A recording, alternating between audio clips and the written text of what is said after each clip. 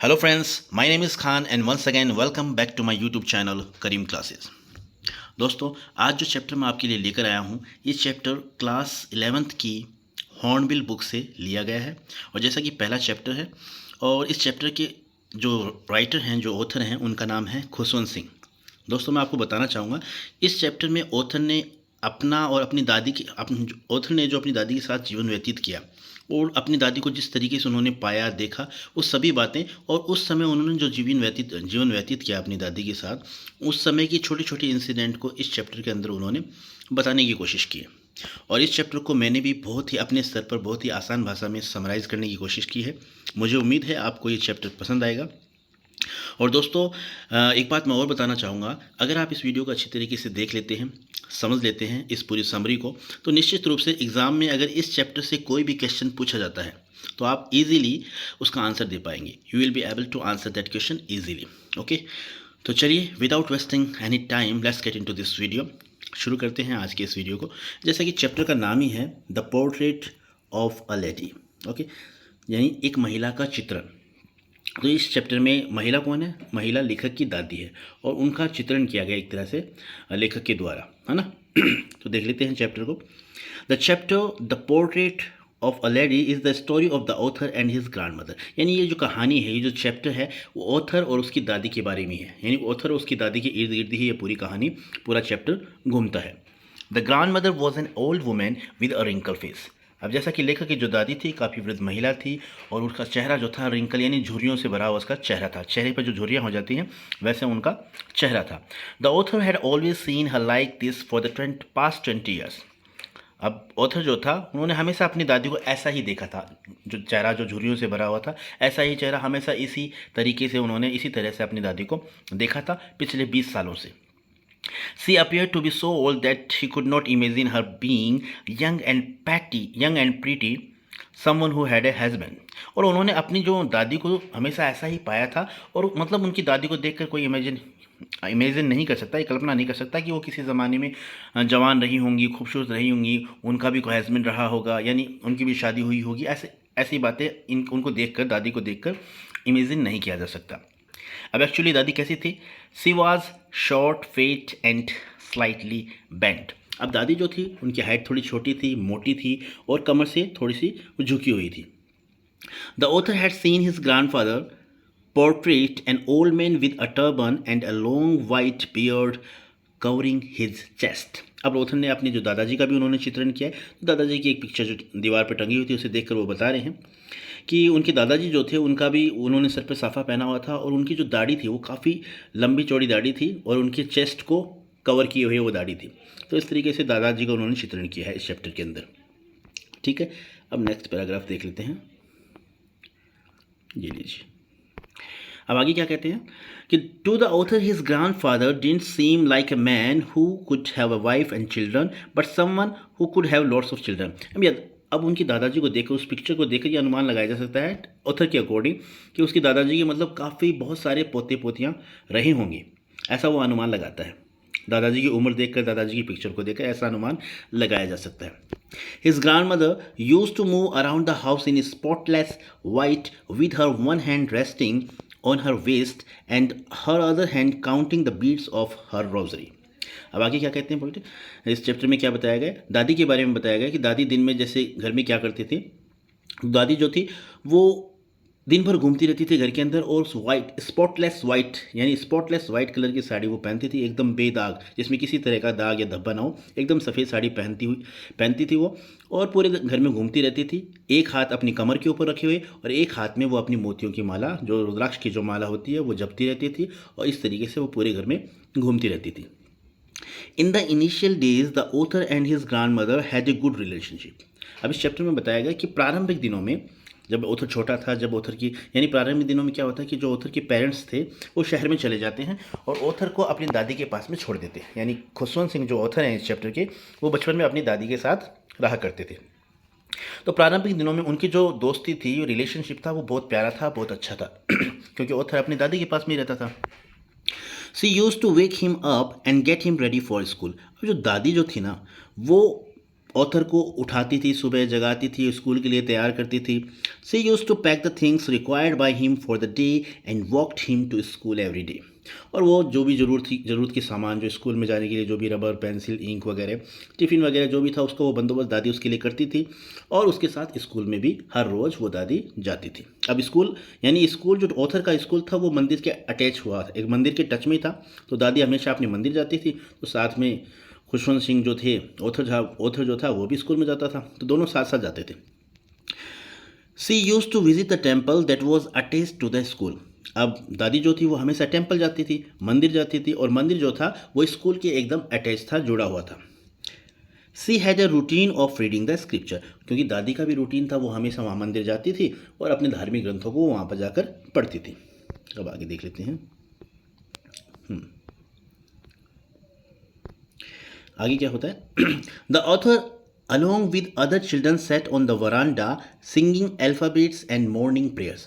अब ऑथर जो था वो अपनी दादी के साथ जाता था। अब दादी जो थी वो तो अंदर जाकर अपने धार्मिक ग्रंथ पढ़ती थी मंदिर के अंदर जाकर, और ऑथर जो था वो बरामदे में बैठकर दूसरे बच्चों के साथ अल्फ़ाबेट्स और जो मॉर्निंग सुबह की जो प्रार्थनाएं हैं उनका वो उच्चारण वहाँ करता था, यानी वो चीज़ें वो वहाँ पर बच्चों के साथ सीखता था। They both used to come back home together with stray dogs roaming and around them as his grandmother would carry the stale chapatis to feed them। अब क्या होता था, जब छुट्टी होने के बाद में दोपहर में जब वो लौटते थे तो आते वक्त दोनों दादी और पोता दोनों साथ में आते थे, और रास्ते में क्या करते थे, वो आवारा कुत्तों को जो बासी चपातियाँ थी वो उनके टुकड़े भी वो डालते हुए रास्ते में आते थे। क्योंकि क्या होता था, जब सुबह स्कूल जाते थे तो दादी क्या करती थी, जो बासी रोटियां होती थी उन्हें अपने साथ में ले लेती थी, और आते वक्त जैसे ही वो जब वापस आते तो वो जो आवारा कुत्ते थे वो कुत्ते यानी वहाँ पर उनका इंतज़ार करते, और जब वो आते वक्त वो बासी रोटियाँ हैं वो उन कुत्तों को डालकर, उन कुत्तों को खिलाकर वो आते थे। तो इस तरीके का रूटीन जो है, इस तरह से उनका रूटीन था हमेशा का। Soon the parents of the author who went to the city to settle in and called them। अब आगे क्या होता है, जल्दी जैसे कि ऑथर खुशवंत सिंह जो थे, उनके जो पेरेंट्स थे वो शहर गए हुए थे, और शहर में सेटल होने के बाद में उन्होंने ऑथर को और ऑथर की दादी को, यानी दोनों को शहर में बुला लिया। As they reach the city his relationship with his grandmother took a turn. अब क्या होता है, जब वो शहर पहुंचते हैं, शहर जाते हैं, ऑथर और ऑथर की दादी जब शहर जाते हैं, तो शहर में जाते हैं तो उनका जो रिलेशनशिप है उसमें एक मोड़ आ जाता है, उनके रिश्ते में, इस रिश्ते में एक मोड़ आ जाता है। मोड़ क्या आता है? दो दे शेयर्ड द रूम, हालांकि उनका रूम एक ही होता है, देयर बॉन्ड ग्रू अपार्ट, लेकिन उनका जो रिश्ता, जो बंधन था, वो अब थोड़ा वो फीका पड़ जाता है। He started going to an English medium school. She no longer accompanied him to his school, and there were no longer stray dogs who roamed around them while walking back home। अब क्या होता है, अब वो शहर में चले जाता है खुशवंत सिंह, तो वहाँ पर जब वो स्कूल जाता है तो इंग्लिश मीडियम स्कूल में जाता है, और उसे घर पर स्कूल बस लेने के लिए आती है। इसलिए दादी अम्मा जब अब जो है उसके साथ नहीं जा पाती उसे स्कूल छोड़ने के लिए, तो एक तो ये साथ उनका छूट जाता है, और दूसरा अब वहाँ पर वो आवारा कुत्ते नहीं थे, क्योंकि गांव में तो वो जब जाते थे तो आते वक्त उन आवारा कुत्तों को बासी रोटियां डालते थे, लेकिन अब वहाँ वो कुत्ते भी नहीं थे, तो ये जो चीज़, उनकी जो एक्टिविटीज़ थी जो हमेशा वो करते थे, ये चीज़ें वो छूट जाती हैं। She however used to ask him about his day and what he had learned। लेकिन फिर भी दादी अम्मा जब शाम को खुशवंत सिंह घर लौटते स्कूल से, तो उनसे पूछा करते थे कि आज तुमने स्कूल में क्या किया, तुम्हें स्कूल में क्या पढ़ाया गया, क्या सिखाया गया, ये बातें ज़रूर दादी अम्मा खुशवंत सिंह से पूछती थी। अब देखते हैं नेक्स्ट पैराग्राफ। तो आगे क्या होता है? She didn't understand anything as everything was in another language which she could not understand. अब वो पूछ तो लेती थी लेकिन उसे समझ में कुछ नहीं आता था, दादी अम्मा को कुछ भी समझ में नहीं आता था। क्यों नहीं आता था? क्योंकि वहाँ पर सब चीज़ इंग्लिश में होती थी, सब कुछ इंग्लिश में पढ़ाया जाता था, और इंग्लिश जो थी वो दादी अम्मा को आती नहीं थी। She didn't approve of the new syllabus that he was studying because she thought that they did not teach him about God and the scripture, they saw less of each other। अब क्या होता था, यानी जो नया syllabus था खुशवंत सिंह का, पोते का जो नया सिलेबस था, वो दादी अम्मा को बिल्कुल भी पसंद नहीं था, क्योंकि उसका मानना था क्योंकि दादी अम्मा ये सोचती थी कि इनके स्कूलों में भगवान और धार्मिक ग्रंथों के बारे में कोई भी एजुकेशन नहीं दी जाती, कोई भी पढ़ाई नहीं होती, और इस चीज़ के सख्त खिलाफ थी। क्योंकि दादी अम्मा आस्तिक प्रवृत्ति की थी, उसमें उसका भगवान में विश्वास था, लेकिन इन इंग्लिश मीडियम स्कूल में ऐसी पढ़ाई नहीं होती थी, इसलिए वो इस सिलेबस से इन इंग्लिश मीडियम स्कूल्स के सिलेबस से बिल्कुल भी असंतुष्ट थी। दे so less of each other, और इस तरीके से उनका जो मिलना जुलना, एक दूसरे को वो देखते भी कम थे, एक दूसरे से मिलना जुलना उनका कम हो गया। एज द डे पास्ट, अब जैसे जैसे दिन गुजरे, he grew older and soon went to the university, अब खुशवंत सिंह बड़े हुए और बड़े हुए तो फिर वो यूनिवर्सिटी में गए। He had his own room and this made their relationship sour, अब उनका खुद का एक रूम था, अलग उन्हें रूम दे दिया गया। अब इस तरीके से उनका जो रिश्ता था, दादी और पोते का जो रिश्ता था, उसमें थोड़ी सी दूरी आ गई। She stop talking to everyone and spent her whole day sitting at her spinning wheel, reciting prayers and moving beads of the rosary with one hand. अब क्या हुआ, दादी अम्मा ने सभी से बात करना छोड़ दिया, यानी वो किसी से बात नहीं करती थी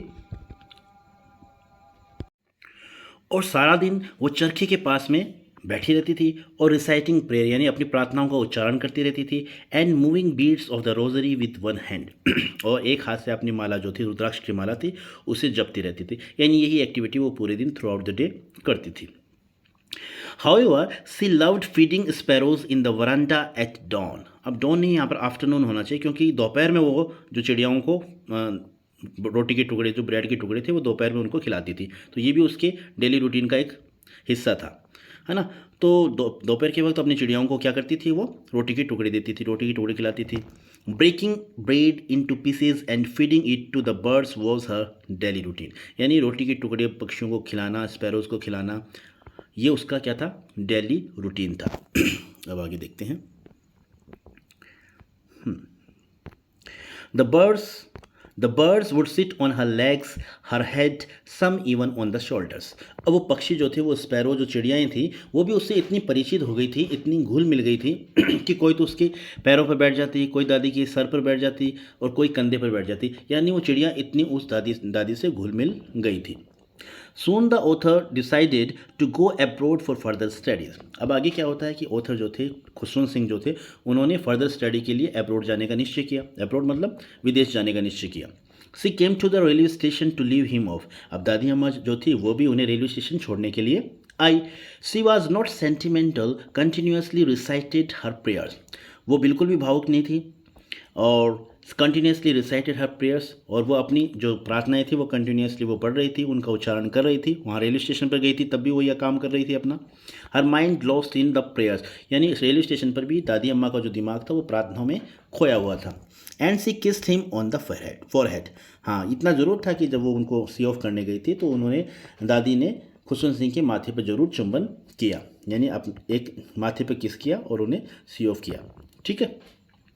आफ्टर 5 years, अब 5 साल बाद में, एज ही रिटर्न होम, जब लेखक जो हैं, ऑथर जो हैं, खुशवंत सिंह जब लौटे थे, हालांकि जब खुशवंत सिंह जा रहे थे तो उनके दिमाग में एक ख्याल था कि 5 साल बाद में मैं लौटूंगा, तब तक दादी अम्मा जीवित रहेंगी या नहीं रहेंगी, इसमें भी संशय था, क्योंकि काफ़ी उनकी उम्र हो चुकी थी। तो लेखक ने सोचा शायद 5 साल तक दादी अम्मा जीवित ना रहें, लेकिन होता क्या है, 5 साल बाद में जब लेखक खुशवंत सिंह वापस लौटते हैं, she was there, came to pick him at the station, यानी दादी तब भी जीवित थी और वो उन्हें रेलवे स्टेशन लेने के लिए भी आई। Was still the same as she had been 5 years ago, यानी और आज भी वो वैसी थी जैसे कि 5 साल पहले थी, यानी उनकी तबीयत में किसी भी तरह की तब्दीली नहीं आई थी। सी क्लैप्स्ड हिम विद हर आर्म्स, अब उन्होंने उन्हें गले लगाया, अपनी बाहों में जकड़ा दादी ने पोते को, and didn't say a word, और हालांकि वर्ड कुछ कहा नहीं, लेकिन उन्हें अपने गले लगाया, बाहों में जकड़ा। She still used to feed her sparrows, और अभी भी दादी, यानी जो 5 साल पहले जो उनकी एक्टिविटी थी, चिड़ियाओं को खाना खिलाना, ब्रेड के टुकड़े देना, आज भी दादी वही काम रेगुलर कर रही थी। नेक्स्ट पैराग्राफ में देखते हैं।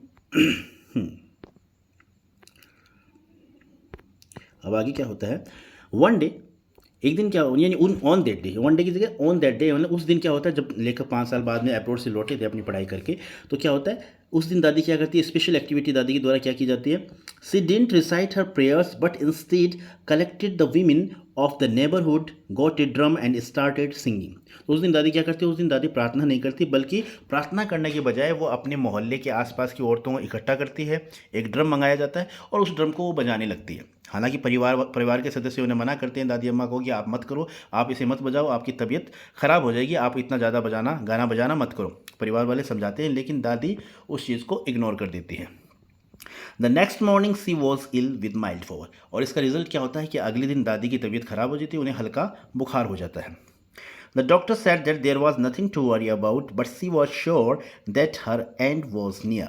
अब डॉक्टर को बुलाया जाता है और डॉक्टर कहते हैं कि नहीं, वैसे कोई चिंता की कोई बात नहीं है, हल्का सा बुखार है। लेकिन दादी अम्मा कहती है कि नहीं, ये मेरा हल्का बुखार नहीं है। वो कहती है कि मेरा जो अंत समय है वो नज़दीक आ गया है, यानी ऐसा दादी अम्मा डॉक्टर को कहती है।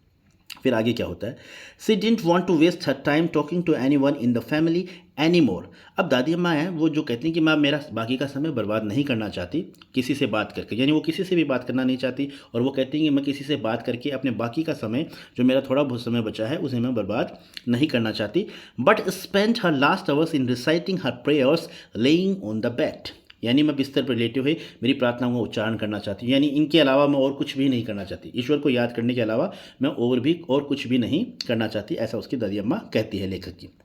एट लास्ट, और आखिरकार क्या होता है, सी डाइड, वो मर जाती हैं, उनका देहांत हो जाता है। एंड हर बॉडी ले ऑन द बेड लाइफलेस, और उनका जो शरीर है जीवन रहित है ना, बिस्तर पर लेटा रहता है, यानी एक लाश जो है वो बिस्तर पर पड़ी रहती है। दादी का अंत हो जाता है, दादी का देहांत हो जाता है। अब जब देहांत होता है तो क्या होता है, when they were preparing for her funeral, और जब यानी वो दाह संस्कार के लिए जब और अरेंजमेंट करने होते हैं तो परिवार के सदस्य थोड़ी देर पश्चाताप, दुख, संताप करने के बाद में वो दूसरी तैयारियों में लग जाते हैं, फ्यूनरल की, दाह संस्कार की तैयारियों में लग जाते हैं। और जब वो दाह संस्कार की तैयारी कर रहे होते हैं तो क्या देखते हैं परिवार के सदस्य, यानी जो लेखक और लेखक के परिवार के सदस्य क्या देखते हैं, वो देखते हैं कि they saw all the sparrows sitting in the veranda around her. वो देखते हैं कि वो जितनी भी चिड़ियाँ, बहुत सारी हज़ारों की संख्याओं में चिड़ियाँ वहाँ पर आई हुई हैं और बरामदे में बैठी हुई हैं, मॉर्निंग हर डेथ, यानी दादी अम्मा की मौत हो चुकी है और उस पर वो दुख जताने के लिए एक तरह से सभी चिड़ियाँ वहाँ पर आई हुई हैं। और ऐसा लग रहा है कि इन चिड़ियाओं को पता चल गया है कि दादी अम्मा अब इस दुनिया में नहीं रही हैं, तो चुपचाप आज किसी भी तरह की चहचहाट वहाँ नहीं है, एकदम शांति से चुपचाप वो चिड़ियाएँ वहाँ पर बैठी हुई हैं। जैसा कि किसी की दाह संस्कार के समय, किसी मौत के समय में किसी जगह जाते हैं तो वैसी की वैसी शांति वहाँ पर छाई हुई है।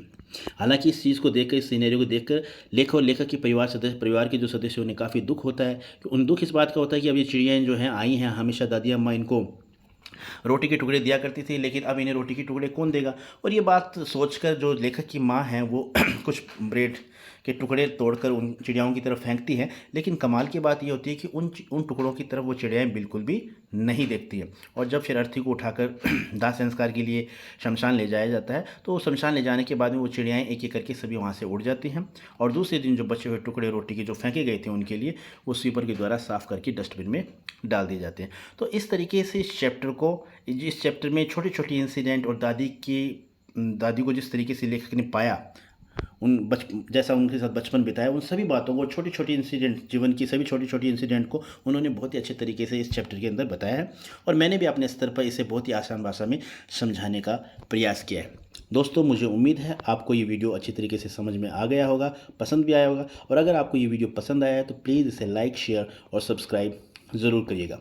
नेक्स्ट वीडियो में मैं इस चैप्टर से रिलेटेड मोस्ट इंपॉर्टेंट क्वेश्चंस लेकर आऊँगा, और मेरा पूरा दावा है अगर आप इन दोनों चैप्टर को अच्छी तरीके से देख लेते हैं, इस समरी को अच्छी तरीके से समझ लेते हैं, और जो नेक्स्ट वीडियो में इंपॉर्टेंट क्वेश्चंस का लेकर आऊँगा उन्हें अच्छी तरीके से याद कर लेते हैं, तो इस चैप्टर से अगर कोई भी क्वेश्चन एग्जाम में पूछा जाता है तो आप ईजिली उसका आंसर दे पाएंगे। So this is all about the video, and once again thank you so much for watching this video till the very end. See you soon in next video. Thank you. Have a nice day.